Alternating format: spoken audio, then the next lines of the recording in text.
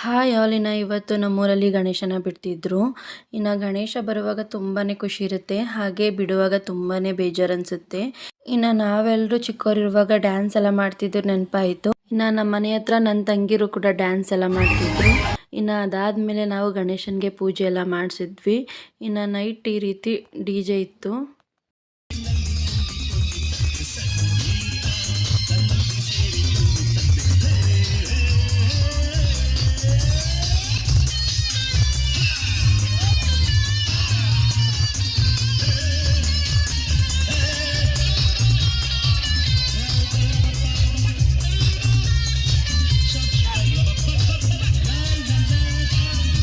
ಎಲ್ಲರೂ ಖುಷಿಯಿಂದ ಡ್ಯಾನ್ಸ್ ಎಲ್ಲ ಮಾಡಿ ಗಣೇಶನ್ನ ಕಳಿಸ್ಕೊಟ್ವಿ. ತುಂಬಾ ಬೇಜಾರಾಯಿತು. 1 ಇಯರ್ವರೆಗೂ ವೆಯ್ಟ್ ಮಾಡಬೇಕು. ಇದಾಗಿತ್ತು ಇವತ್ತಿನ ವ್ಲಾಗ್. Thank you all.